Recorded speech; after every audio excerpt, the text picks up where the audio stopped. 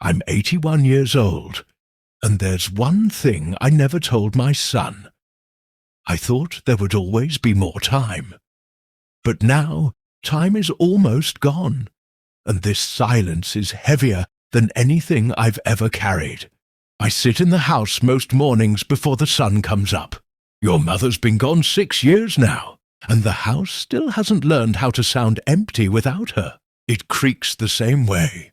The refrigerator hums, but there's no one breathing down the hall but me. When you get old, mornings come early whether you want them or not, and your thoughts beat you awake before your body does. I think about my hands a lot. They shake now when I try to button my shirt. These are the same hands that carried you on my shoulders, that fixed the porch railing, that signed my name at work thousands of times. Strong hands once, confident, hands that should have reached out more than they did. I wasn't a cruel man. I wasn't absent in the way people imagine absence. I came home every night.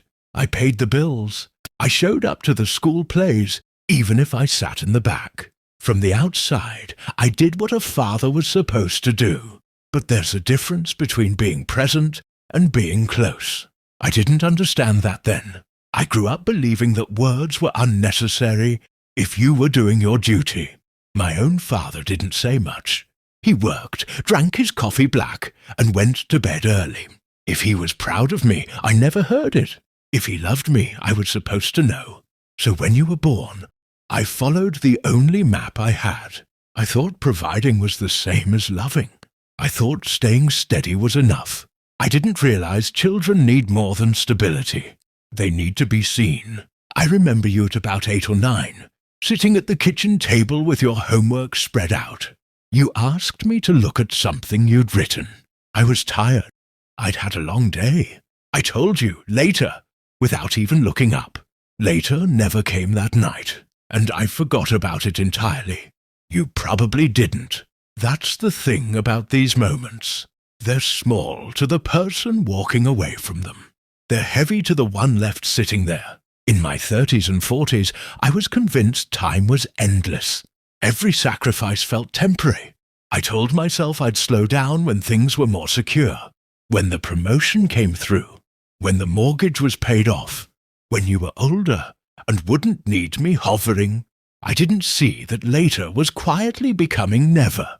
I missed the way your voice changed as you grew, missed the small signs that you were pulling back because I hadn't stepped forward. You stopped asking me things, stopped waiting for me to notice. I told myself you were independent. I was proud of that. I didn't understand that I'd helped teach you not to need me. There was a day, I remember it clearly now, you came home, excited about something. I don't even remember what it was anymore. A class, maybe, a plan. You stood in the doorway while I watched the news. You talked, and I nodded, half listening, my eyes still on the screen. At some point, you just stopped talking. I didn't notice until minutes later. You went to your room, closed the door. That door closed more times after that, and I rarely knocked. When you left home, I told people I was proud, and I was. But what I didn't say out loud was that I didn't know you very well anymore. I knew the outline of your life, the facts, not the shape of your thoughts, not your fears, not what you hoped for when you lay awake at night. Phone calls became shorter. Holidays felt polite. I mistook distance for adulthood. I thought this was just how things went. Your mother tried, you know. She always had more courage with words than I did.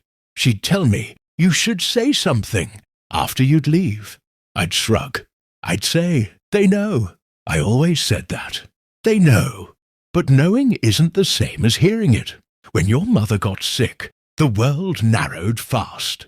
Hospitals have a way of stripping life down to its essentials. Beeping machines, plastic chairs, long hours with nothing to do but think.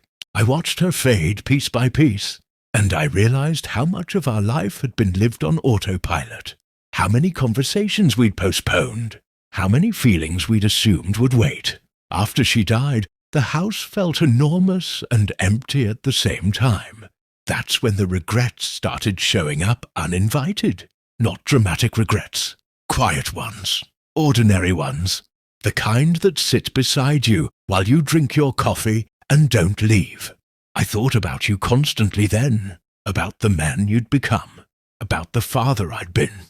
I wanted to call, to say something real, but I didn't know how to start. Silence is a habit. The longer you keep it, the harder it is to break. So years passed again, and here I am. My doctor doesn't use the word soon, but he doesn't use someday either. I feel my body negotiating with time every morning. Some days I win, some days I don't. And there are things I need to say now, even if my voice shakes, even if it's late. I should have told you I was proud of you when you were young, not just when you achieved something big, but when you tried, when you failed and kept going, when you were kind in ways I didn't always notice. I should have told you that my distance was never disappointment. It was fear. Fear of saying the wrong thing. Fear of being soft in a world that taught me softness was weakness. I should have told you that when you stopped talking to me, it hurt. But I thought admitting that would make me small.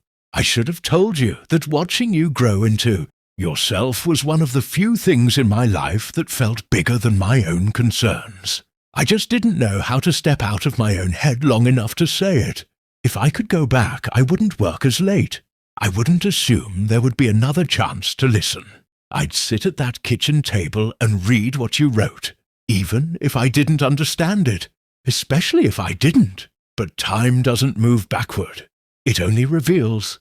What can't be fixed is the version of you who needed me then. That child is gone. I missed him. And that's something I'll carry with me to the end. All I can do now is speak honestly, without expecting anything in return.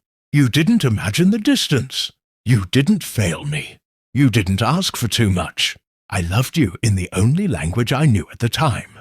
It just wasn't the one you needed. If you've ever wondered whether you mattered to me, beyond obligations and responsibilities, you did. You still do, more than I ever managed to say.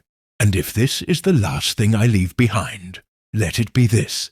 Silence can look like strength, but it costs more than you realize. Don't wait as long as I did to say what matters. I'm not asking for forgiveness. I'm not trying to rewrite the past.